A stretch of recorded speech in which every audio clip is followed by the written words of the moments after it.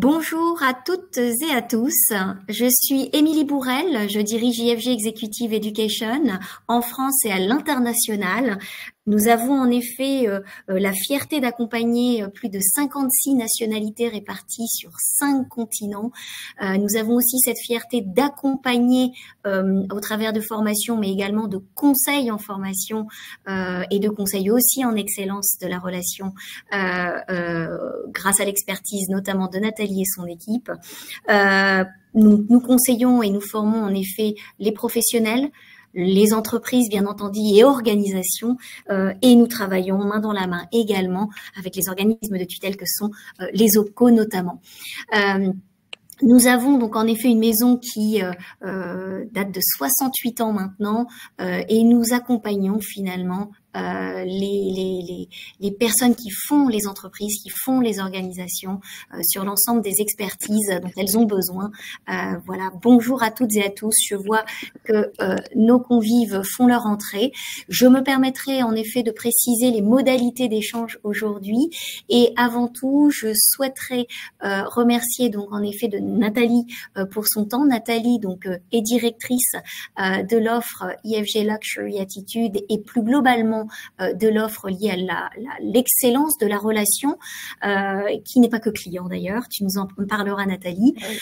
Et nous avons justement l'extrême honneur d'accueillir Aya Hakim aujourd'hui avec nous, qui est alumna IFG, qui a suivi justement ce même parcours et à qui vous pourrez poser justement aussi toutes vos questions.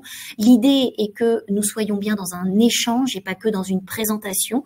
Donc je serai votre humble serviteur aujourd'hui puisque je ferai la modération de l'ensemble de nos échanges aujourd'hui.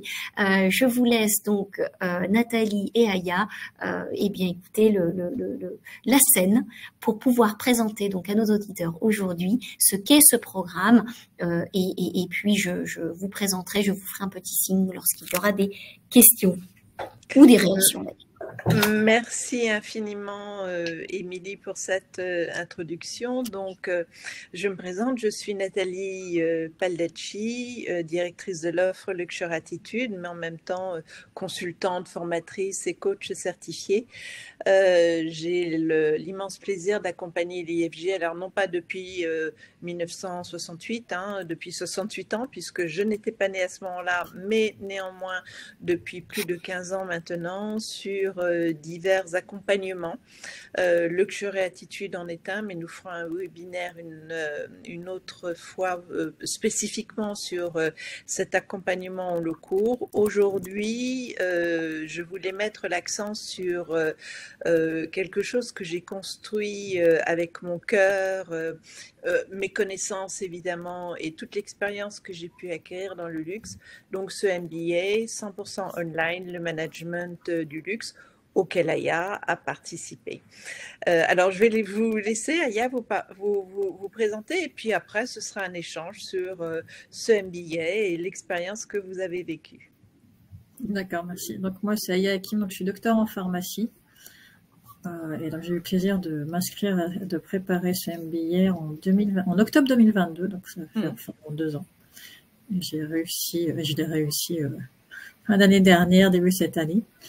Donc j'ai pris beaucoup de plaisir à ce MBA, donc je vous raconterai ça peut-être un peu plus tard sur mon parcours. Oui. En tout cas, c'est un MBA, comme vous l'avez entendu, qui est ouvert à tous. Ça n'est pas simplement dédié aux gens qui sont issus du luxe ou comme la sacro-sainte expression issue du sérail, mais bien évidemment, c'est très largement ouvert et tout le monde peut y avoir accès. Et comment passer de la pharmacie au luxe? Ça, je suis absolument et brillamment admiratrice de votre parcours, Aya, parce que ça prouve que tout est possible en définitive quand on est motivé. Alors, juste une rapide présentation de ce MBA pour arriver davantage dans la discussion avec Aya et ses échanges. C'est en définitive, qu'est-ce que ce MBA? Donc, c'est un parcours Évidemment, alors juste Luxure Attitude, hein, pour revenir, donc c'est une maison, une marque qui a fait ses preuves dans l'expérience client, le luxe, le design de service, l'accompagnement de toute industrie, aussi bien automobile qu'hôtellerie, retail ou même tout ce qui est entertainment comme Roland Garros par exemple, et donc extrêmement multifacette avec un accompagnement Luxure Attitude, un e-movie learning et un MBA 100% online. Alors en définitive, s'il y a un objectif à mettre en avant, c'est comment mettre en œuvre et piloter la stratégie marketing et communication dans le secteur du luxe ou de la mode, ou alors si j'élargis davantage, comment en définitive peut-être repositionner son business model.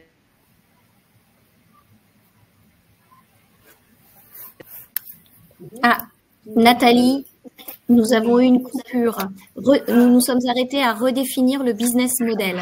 Alors, redéfinir le business model, là je m'adresse déjà aux professionnels qui sont peut-être en exercice, qui dirigent une entreprise et qui veulent se repositionner vers le haut de gamme ou vers le luxe. Et donc là, nous avons une coupure à nouveau. Nous avons une nouvelle coupure avec toi, Nathalie. Nous ne t'entendons plus.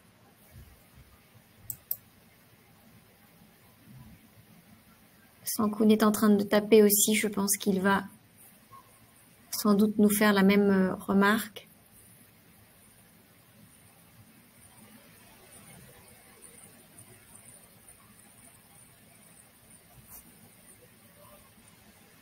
Ah, vous l'entendiez parfaitement, Sankoun? Très bien. Et entendez-vous, alors pouvez-vous me dire si vous entendez Nathalie actuellement? Nathalie, je crois que tu nous entends. Aya, vous entendez Nathalie? Non. Non, non plus. Mince. Maintenant, non.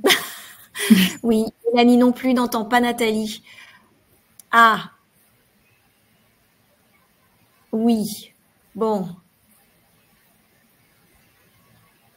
Nathalie, veux-tu... je vais en profiter d'ailleurs pour rebondir sur une conversation que j'ai eue ce matin avec un acteur justement du secteur de la santé qui lui-même me disait que certains établissements médico-sociaux maintenant pense aussi le luxe, pense aussi l'hôtellerie. Alors attention, bien sûr, la vocation première étant bien sûr de soigner les personnes, mais ils se sont rendus compte aussi finalement des dérives, on va dire, en termes d'hospitalité au sein même des hôpitaux, au sein même des établissements de santé.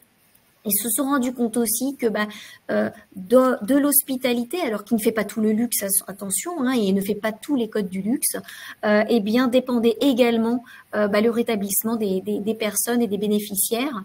Et ça, je pense que c'est important puisque tu mentionnais en effet le fait que cette formation ne s'adresse pas, et d'ailleurs s'adresse même finalement pas uniquement exclusivement aux personnes du luxe. Nathalie, je crois qu'on...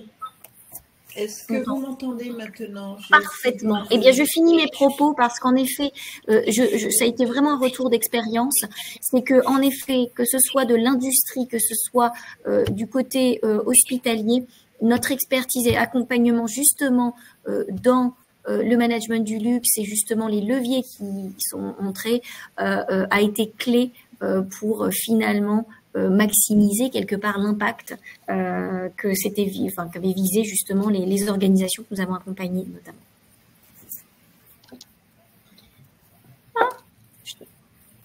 Je n'entends plus non plus. Aya, vous entendez, Nathalie? Non.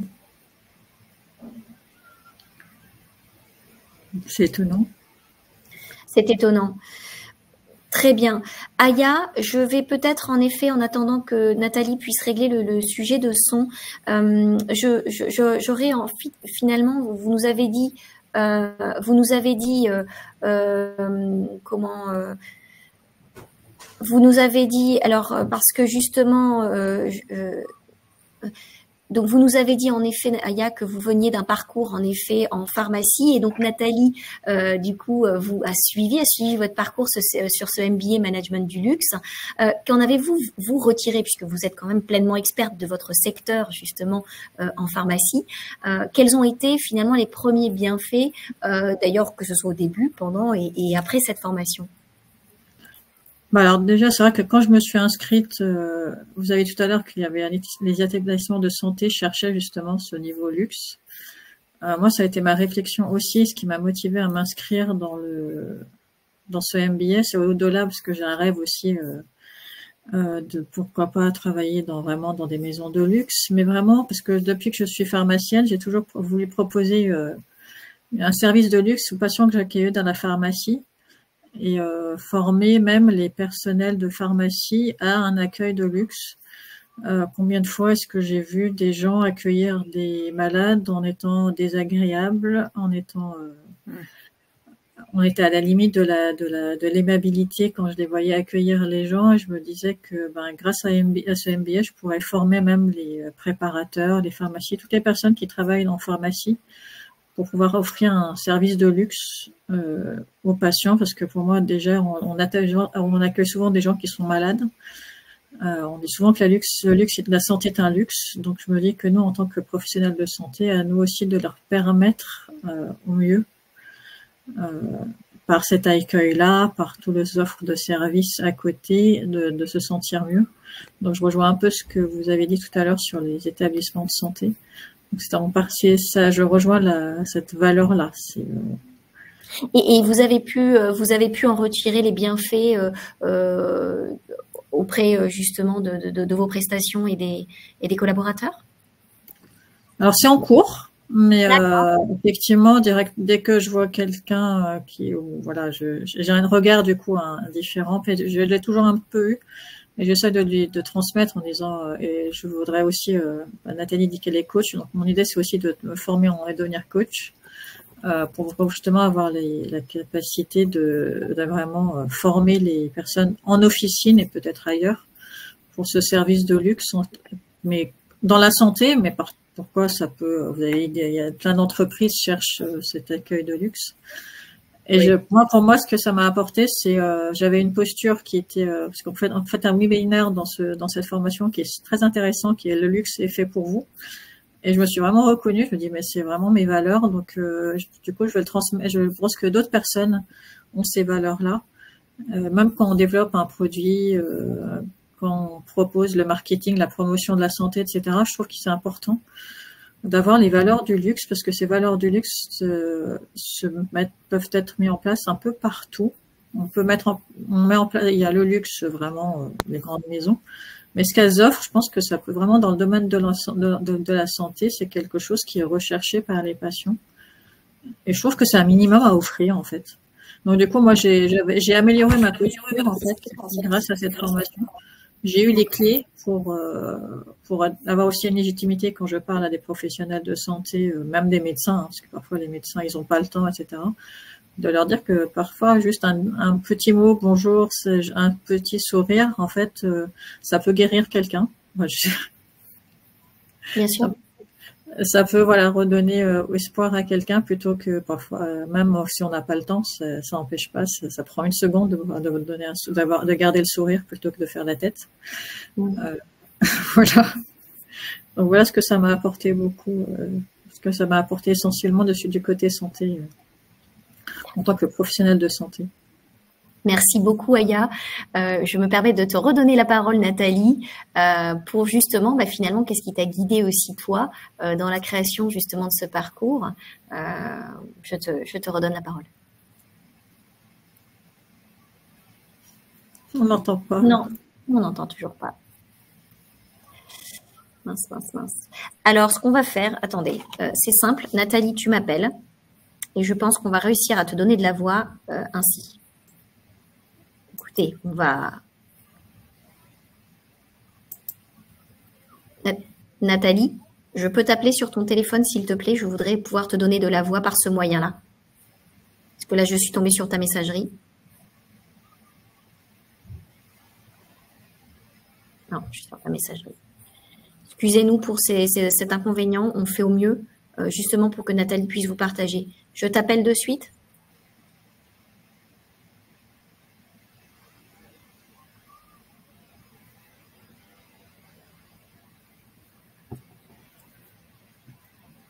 C'est bon. Oui, Nathalie, tu t'étais mis en mode avion, j'imagine, pour ne pas être perturbée. C'est bien ça.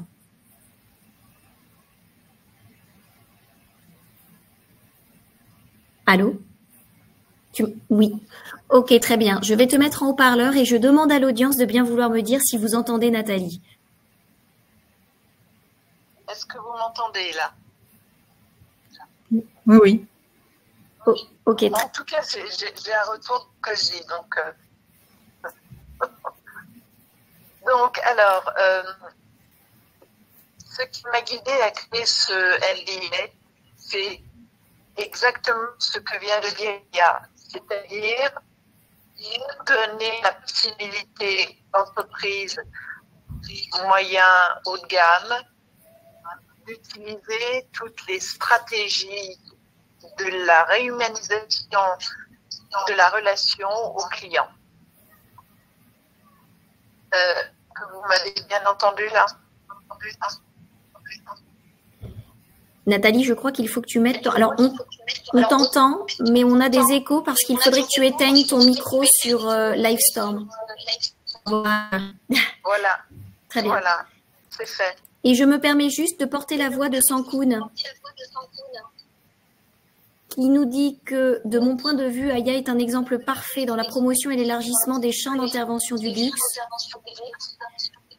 La pharmacie et aux services connexes de la santé sont, de mon point de vue, les structures qui doivent les plus s'inscrire dans la dynamique d'implémentation du luxe à grandeur nature.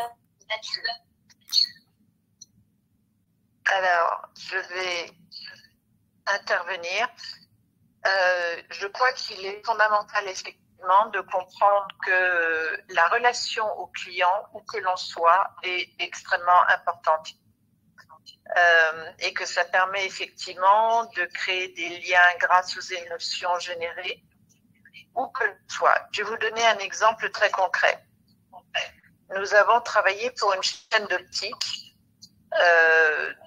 Alors, pour des raisons de confidentialité, je ne peux pas dévoiler le nom, mais évidemment, le marché de l'optique est extrêmement saturé en termes de concurrence. Et cette chaîne voulait faire la différence par le service et non pas par le produit. Donc, nous avons travaillé pendant 2 ans sur des signatures de services en se calant sur ce qui se passe dans l'hôtellerie.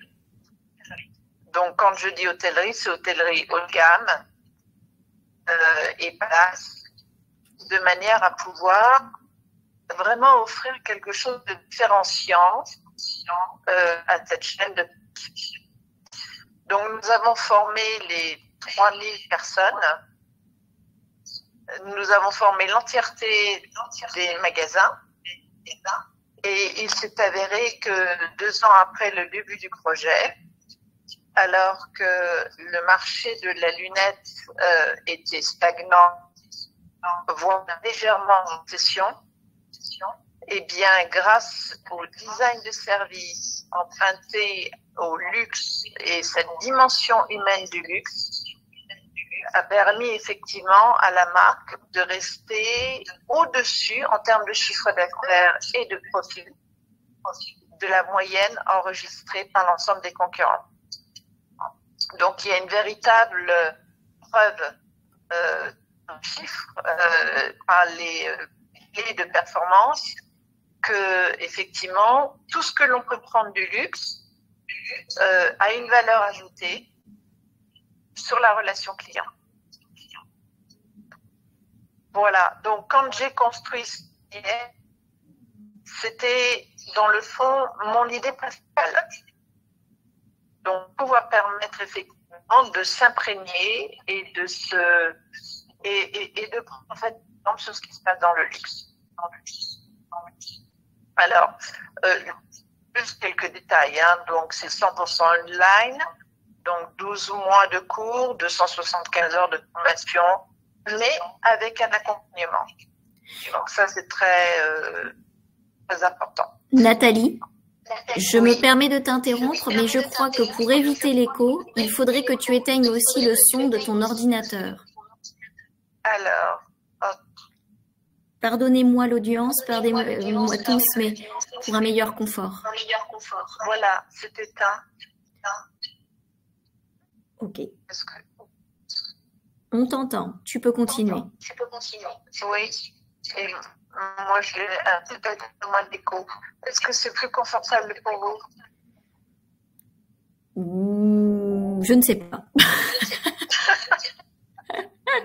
Pourtant, j'ai tout éteint. Hein. Bon, écoute, continue, on t'entend, c'est parfait. Voilà. Bon, écoutez, je pense qu'on va laisser davantage la parole à Aya, parce qu'effectivement, là, tout ce que j'ai mis là, les compétences, les détails, sont autant de choses que vous trouverez facilement sur notre site internet et bien évidemment le commercial qui pourra vous mettre en relation avec, sinon moi. Voilà. Donc, Aya, j'ai quand même pas mal de questions à vous poser. Donc, ça, c'est une question très large, évidemment, sur l'expérience, mais on s'était eu au téléphone pendant votre parcours et en définitive, à part ce que vous avez pu implémenter dans votre pharmacie, qu'est-ce que vous retenez de ce MBA? J'ai appris beaucoup de choses en fait. Je pensais pas en m'inscrivant à ce MBA que j'allais apprendre tant de choses que ça.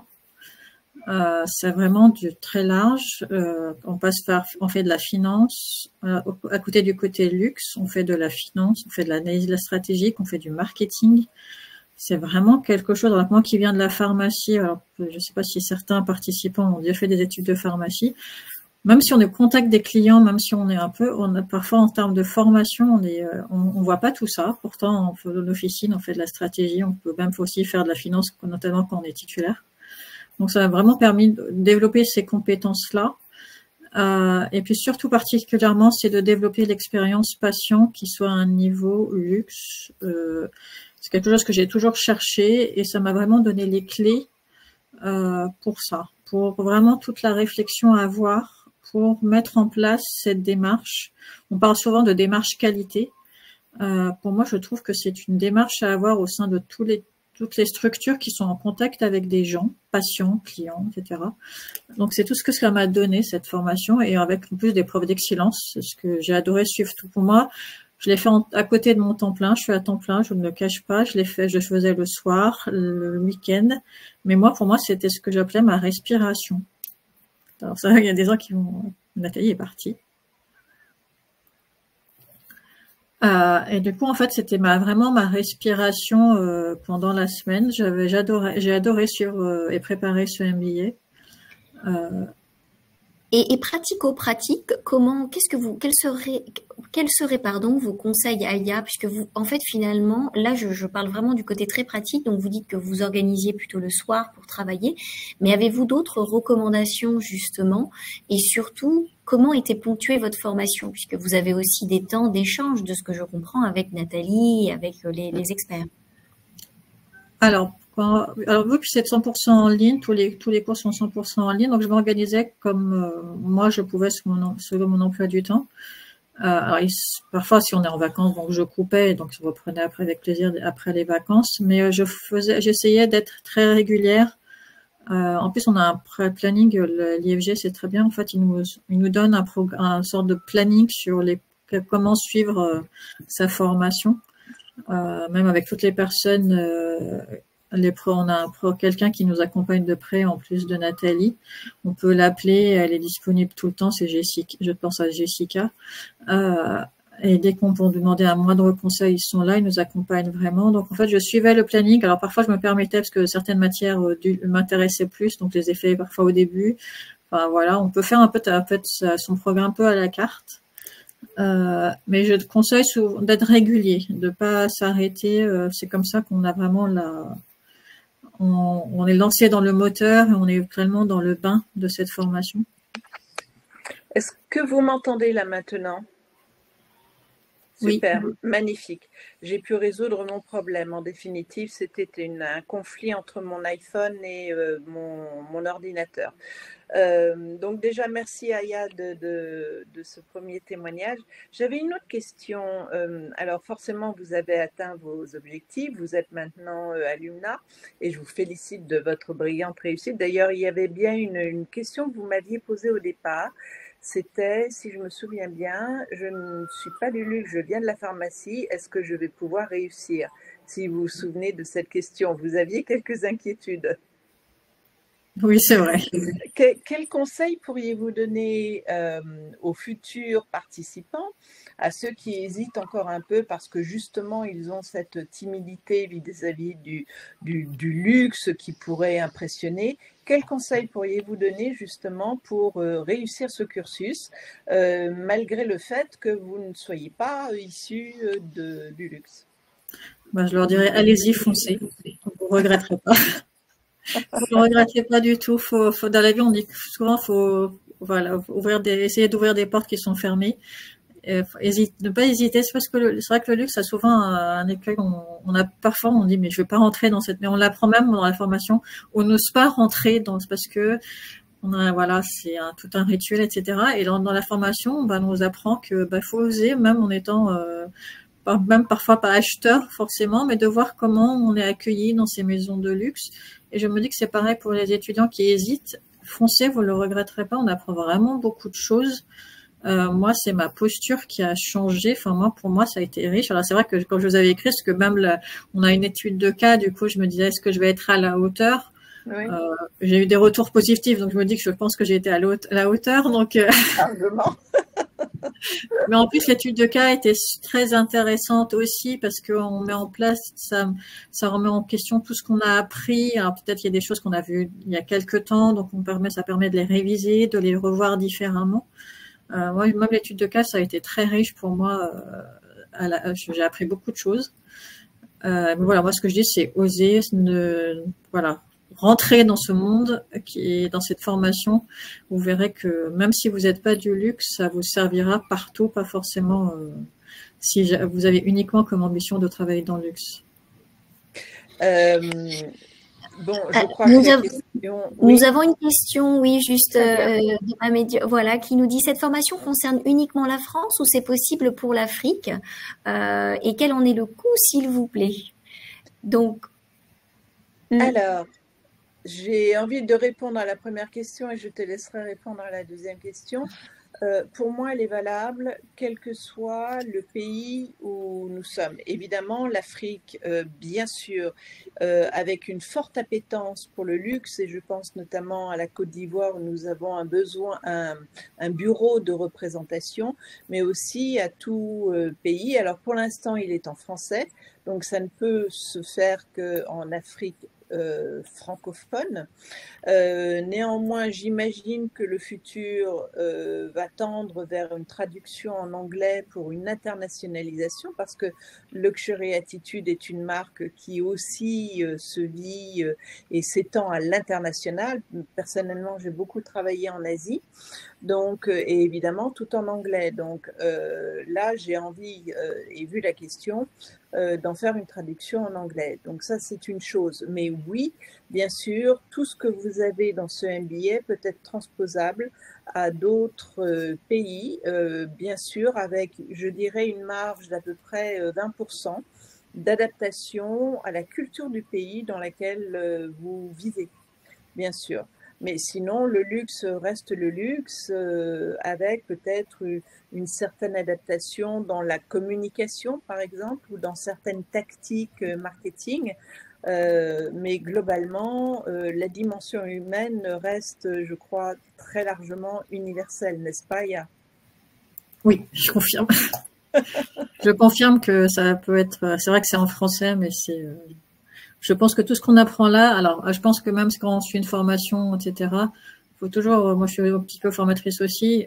Prendre du recul quand on suit une formation en disant bah voilà, comment est-ce que je peux la transposer. Bah, je suis pharmacienne, donc comment je peux transposer cette formation. Donc c'est pareil, si vous êtes dans ce que vous allez apprendre, en fait vous allez avoir les clés essentielles pour pour pouvoir appliquer ça, tout ça. Mais je pense que ouais, ça peut être suivi partout dans le monde, Oui, francophone, parce que pour l'instant c'est en français, mais oui.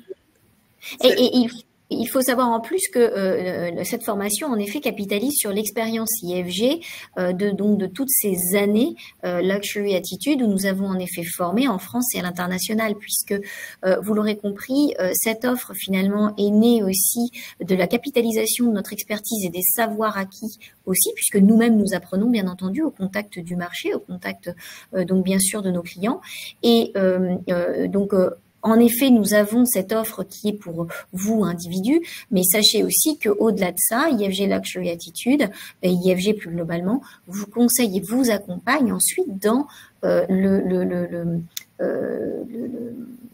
la déclinaison même, justement, d'un design de service et du cérémonial que vous pourriez mettre au sein de votre organisation. Donc voilà, sachez que ça c'est très important et c'est aussi ce sur quoi on capitalise au gré donc de ce format qui a été choisi justement pour les professionnels comme Aya, qui justement ne peuvent donner du temps qu'en fin de journée parce qu'elles sont à temps plein sur leur propre job et qui nourrissent elles-mêmes ce projet avant de pouvoir embarquer, je l'espère, justement globalement leur management group. C'est aussi ça parfois. Absolument. Alors la deuxième question, Émilie, était au sujet de la valeur de ce MBA, c'est ça? Exactement. Donc j'ai répondu en effet dans le chat et donc nous sommes en effet sur un parcours MBA de 7 900 € hors taxe et qui donc pour une durée de 12 mois. Après libre à vous en effet de pouvoir le suivre sur une période plus courte. Là encore une fois comme le disait Aya, hein, vous avez en effet la possibilité d'organiser votre agenda comme vous le souhaitez et vous avez aussi en effet la possibilité d'avoir des conseils à tout moment puisque nous avons en effet des outils où on peut aller poser ses questions et puis on peut aussi avoir un contact, direct avec Nathalie sur toutes les questions. Oui. Sadia s'est entendue. Sadia doit nous laisser, mais du coup, on a pu donner aussi des réponses. Merci à vous, Sadia.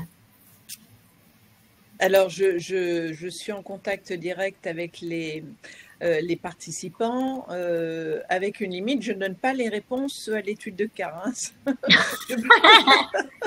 Je peux vous accompagner, ça c'est clair, vous donner on va dire des conseils et je vous en avais donné quelques-uns, Aya, pour vous rassurer et vous mettre évidemment sur la piste de la réussite. C'était mon vœu le plus cher. Maintenant, non, en plus, cette étude de cas, alors je vais vous laisser en parler, mais il n'y a pas... en marketing et en communication, que ce soit dans le luxe ou ailleurs, il n'y a pas une seule vérité, il y en a plusieurs. Évidemment, toujours se mettre à la place du client pour pouvoir ensuite adapter ses stratégies, ça c'est le plus important. Alors, cette étude de cas, Aya, qui est donc Fenty Fashion, donc la marque, l'ex-marque de mode de Rihanna. Comment avez-vous vécu cette étude de cas finalement? Alors au début, pour être très sincère, je me dis mais où est-ce que je vais? Et après, en fait, en fur et à mesure, en fait, on a une trame qui nous permet de nous aider. Et puis, en fait, j'ai compris de ce qui était souhaité. Il y a des questions qui nous accompagnent dans l'étude de cas. Et en fait, je suis allée pour moi, ça a été très enrichissant parce que je me suis pas limitée juste à la formation. Alors, j'ai pris beaucoup de la formation. Et puis après, je suis allée me renseigner. Il faut être curieux. Et je suis allée me renseigner sur comment Rihanna a développé, l'a lancé, etc. Ça apprend vraiment le côté marketing, lancement lancement d'une nouvelle marque, accès luxe comme l'a fait Rihanna. Et ça apprend aussi comment elle a à un moment donné pas réussi.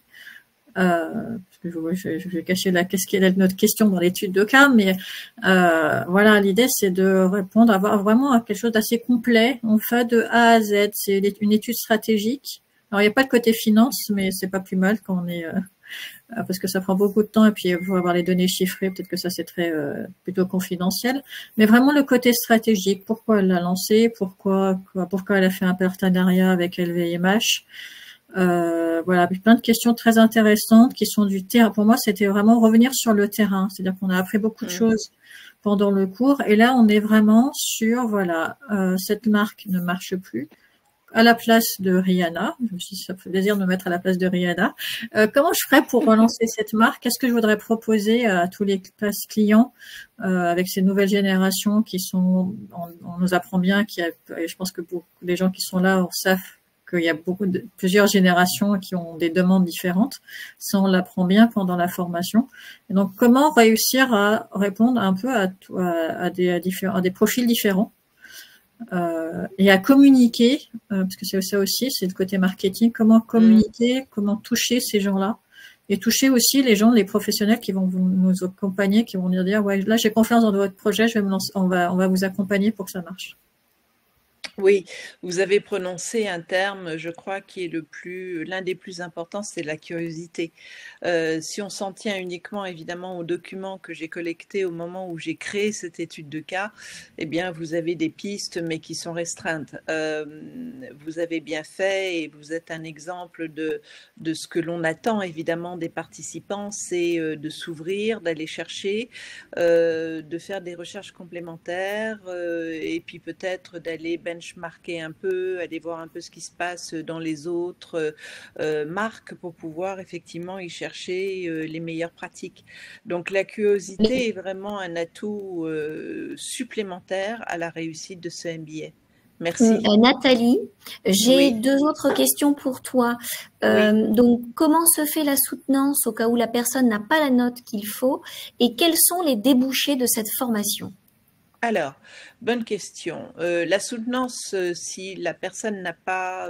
alors, jusqu'à présent, je n'ai jamais eu le cas. En définitive,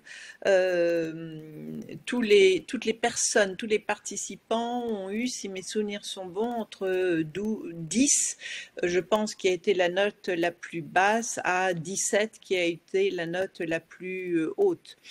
Les réponses sont tout de même pertinentes. Pour avoir une bonne note, je crois qu'il faut être le plus dans les détails possibles et pas simplement lister des stratégies ou des tactiques d'une manière trop générique. S'il y a soutenance, elle est soit en physique si la personne habite sur Paris, sinon on organise un Teams et puis il y a des questions complémentaires d'une dizaine de minutes pour voir un peu comment la personne s'est imprégnée des connaissances, savoir-faire et savoir-être, donc liés à ce MBA et liés aux stratégies et tactiques apprises. Voilà. Mais bon, globalement, pour l'instant, il n'y a pas eu de soutenance. Tous les gens ont réussi. J'ai toujours été plus que satisfaite, voire enchantée par les réponses apportées et dans l'excellence des réponses réalisées par les candidats. Et là où j'ai pu avoir vraiment une étude de cas la plus parfaite, c'est quand on rentre vraiment dans des détails de type, je vais par exemple, pour relancer la marque, nouer un partenariat avec tel influenceur ou telle influenceuse, créer de la visibilité sur tel réseau, tel réseau, tel réseau, et pourquoi. Donc toujours donner à la fois des détails, mais aussi des justifications à ces choix pour que je comprenne bien. Et ensuite, la clé de succès de cette étude de cas, c'est d'avoir une ligne directrice à partir de l'étude de l'échec du lancement de cette marque, comment je vais la relancer.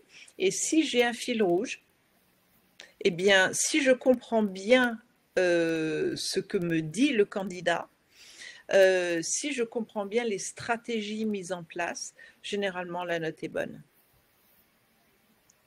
Voilà, donc ça, ce sont vraiment les conditions de succès.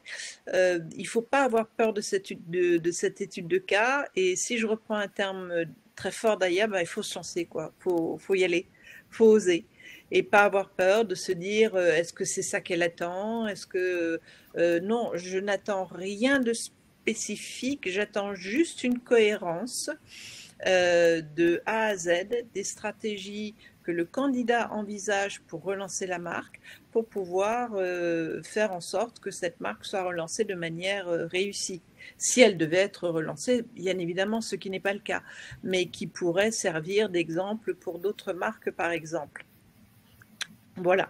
Donc, je n'attends rien de spécifique, je n'attends pas une réponse par rapport à une autre réponse, j'attends juste un fil conducteur qui est en fait ce fil conducteur qu'ont toutes les entreprises qui réussissent, c'est-à-dire une vision, et à partir de cette vision, comment je la concrétise par mes actions au quotidien, que l'on soit dans l'expérience client ou dans la stratégie plutôt marketing ou d'expansion, expansion géographique ou extension de gamme de produits, pour faire en sorte que cette marque soit la plus réussie possible.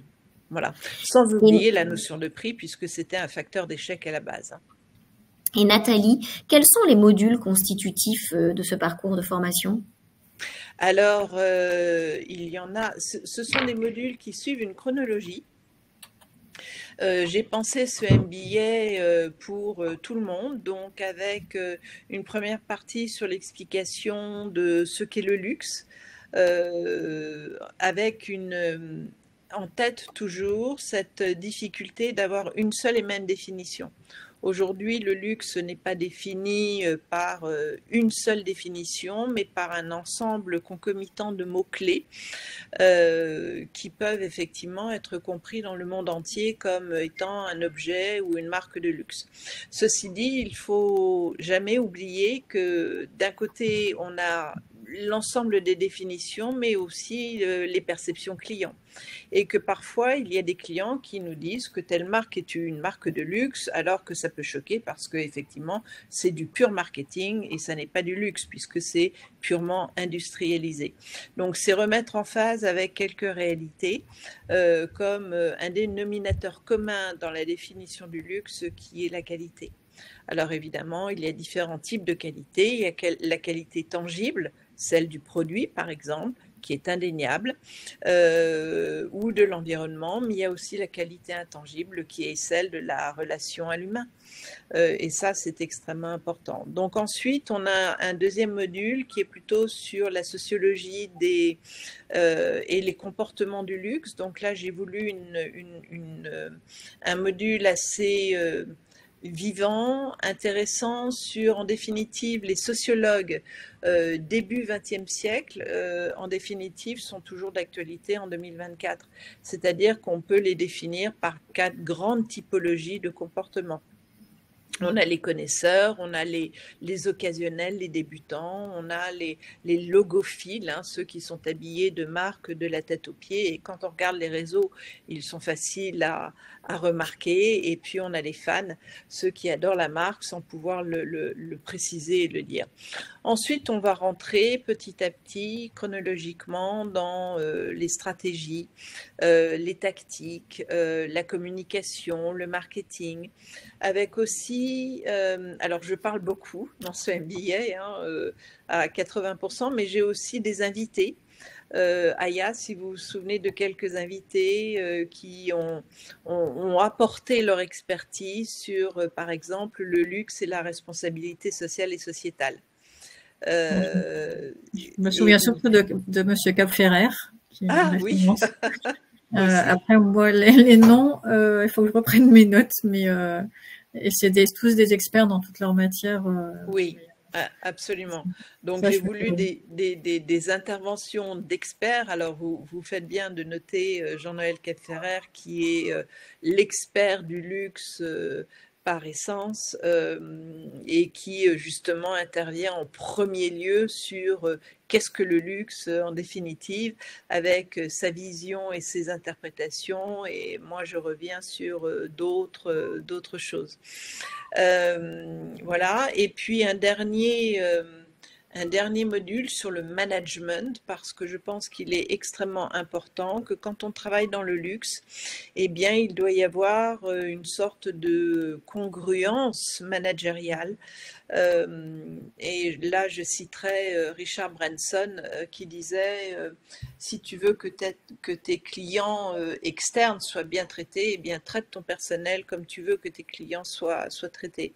Donc, il y a une forme d'équité des attentions, une forme de symétrie des attentions qui font que, effectivement, si on manage de manière luxe entre guillemets les équipes, eh bien ça peut réduire le turnover, ça peut réduire effectivement la baisse de motivation à un moment donné ou à un autre pour servir et être toujours au service du client. Vous repreniez Aya en début et j'aime beaucoup alors la pharmacie mais le monde médical et pour avoir vécu quelques expériences personnelles, c'est vrai que très souvent l'humain est déconnecté et reconnecté à sa maladie ou à son accident ou à sa pathologie, alors qu'en fait on est un être humain et que considérer l'être humain, que ce soit le client interne, c'est-à-dire le collaborateur, les managers de proximité, sont extrêmement importants de manière à pouvoir véhiculer cette relation et cette dimension humaine du luxe en interne pour en faire en sorte que ça se sente en externe et que les clients soient les plus heureux possibles parce qu'encore une fois, les émotions sont extrêmement importantes. Et d'ailleurs, le luxe aujourd'hui travaille de plus en plus sur les neurosciences. Alors j'en parle un peu, il y a un module sur l'impact des émotions justement sur le cerveau de l'autre et sur les réponses des clients à nos stratégies et aux tactiques que l'on peut mettre en place et que justement l'une des meilleures réponses, eh bien, c'est le bouche à oreille puisque l'on sait parfaitement que le bouche à oreille est la meilleure des pubs. Comme on disait il y a très longtemps, un client satisfait égale 3 de gagné. Bon, aujourd'hui, évidemment, avec les réseaux sociaux, exponentiellement, c'est plutôt 10 000, 20 000, 30 000, 40 000. Il suffit de voir quand un influenceur ou quand quelqu'un recommande un produit, l'allure à laquelle ça se vend. C'est assez impressionnant. Donc voilà, il faut aussi maintenant compter sur ce type de bouche à oreille, c'est-à-dire le bouche à oreille sur les réseaux sociaux qui évite le côté local hein, et extrêmement restreint et donne une visibilité beaucoup plus importante et du coup internationale à la marque. Entendu, merci beaucoup Nathalie. Je me permettrai, mesdames, si vous voulez justement nous donner le mot de la fin concernant justement voilà, ce parcours et ce que vous souhaitez pouvoir mettre en exergue pour cette fin de rencontre avec nos auditeurs. Aya, je vous laisse la parole. D'accord, avec plaisir. Bah, moi, je vais dire ce que j'ai déjà dit. Si vous hésitez, n'hésitez plus. Voilà. Vous allez changer vraiment grâce à cette formation, avec cette formation. Moi, c'est pas juste une formation, ça m'a appris, même dans la vie de tous les jours, c'est utile, parce que parfois on voit même des gens qui sont pas très agréables. Et tout à l'heure, vous parliez de management, même là où on travaille, on n'est pas vraiment dans des boîtes forcément de luxe. Et n'hésitez pas. Pour moi, voilà, allez-y. Vous allez apprendre plein de choses. Il y a les côtés psychologiques, stratégiques, marketing. On ressort d'ici très enrichi et un peu différent. On a d'autres clés grâce à ce MBA. Moi, en tout cas, je vous dis, je confirme, je ne regrette absolument pas de m'être inscrite à cette formation qui est très riche et passionnante.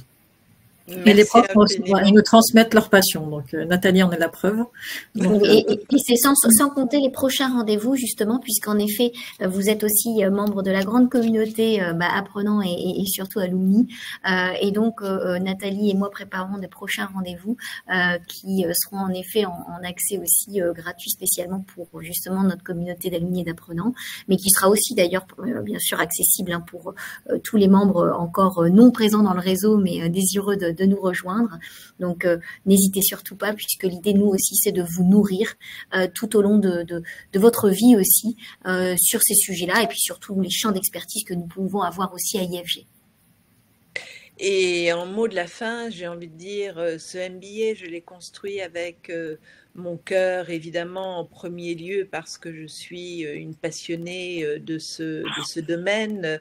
J'ai pas envie d'utiliser le mot industrie parce que ça lui donne une connotation qui n'est pas forcément la meilleure, mais voilà, j'y ai mis tout mon cœur, évidemment mes connaissances.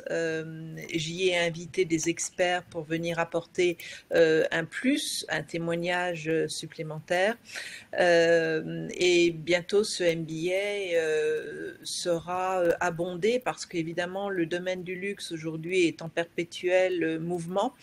La seule constante, disait l'autre, c'est le changement, et qu'aujourd'hui, avec l'intelligence artificielle, il faut repenser notamment, non pas la relation à l'autre, mais peut-être quelques-unes de ces procédures pour supprimer ou du moins minimiser au maximum les irritants du parcours client et faire en sorte que ce parcours soit le plus fluide possible pour mettre à l'honneur l'humain, qui encore une fois est certainement la valeur ajoutée du luxe dans toute entreprise, que l'on soit dans une pharmacie, une clinique, un magasin de lunettes, un magasin de chaussures, un hôtel, un loueur de bateau ou quoi que ce soit. Et de plus en plus, nous travaillons avec les banques et les assurances et les conciergeries privées. Donc, notre savoir-faire s'étend de plus en plus à l'ensemble de tous les secteurs pour y remettre ce qu'on appelle ce monde de l'hospitalité et cet art de l'hospitalité, en définitive, pour réhumaniser la relation à l'autre. Et ça, je pense que c'est extrêmement important, de remettre du sens dans les échanges que l'on peut avoir entre êtres humains. Voilà, c'est remettre un peu de gentillesse, et ce n'est absolument pas péjoratif quand je parle de gentillesse. Hein. Souvent, on imagine que la gentillesse est quelque chose de galvaudé ou voilà, d'inutile, voilà. Alors que la gentillesse est une vraie compétence molle, hein, ce qu'on appelle en anglais les soft skills. Et de plus en plus, les entreprises recrutent sur la base de ces soft skills plutôt que sur la base des compétences telles que la connaissance des produits, parce qu'on peut toujours apprendre un produit. Alors en pharmacie, c'est encore différent parce que ça demande évidemment des années d'apprentissage, mais connaître un produit, par exemple dans l'hôtellerie ou dans le retail, c'est facile, ça s'apprend. On peut apprendre les ingrédients d'une crème cosmétique.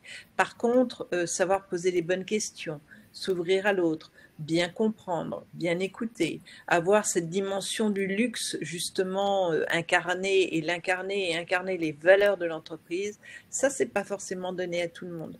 Et je me rends compte que de plus en plus, les entreprises avec lesquelles je travaille changent un peu leur façon de recruter, en recrutant plutôt des profils qui ont déjà la belle attitude, une attitude ouverte, orientée client, plutôt que la connaissance pure et parfaite déjà des produits, qui elle s'apprend encore. Voilà. Moi j'ai oublié de dire comme un peu le mot de la fin, énorme merci à Nathalie d'avoir créé ce MBA. Merci Aya. ça me touche.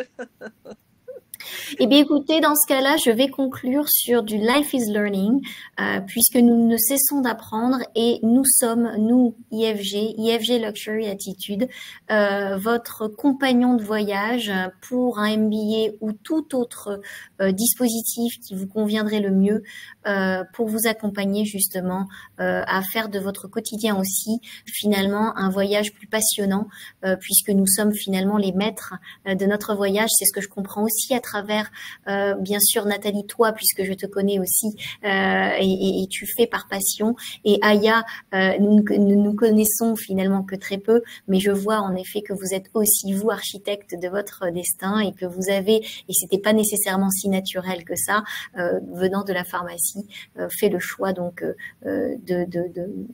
de vous accorder encore plus sur l'excellence de la relation. Encore merci à vous deux, mesdames. J'espère que nous avons pu vous nourrir également au travers donc de nos échanges ce midi. Et encore une fois, donc n'hésitez pas à contacter également nos consultants en formation qui sont aussi là pour pouvoir relayer votre voix, répondre aussi bien sûr aux questions que vous vous posez. Et je vous dis dans ce cas à très bientôt. Et merci encore Aya, c'est un vrai cadeau que de vous avoir eu aujourd'hui lors de ce live. Alors un peu perturbé et encore une fois je m'en excuse auprès des participants, mais promis la prochaine fois je serai au taquet.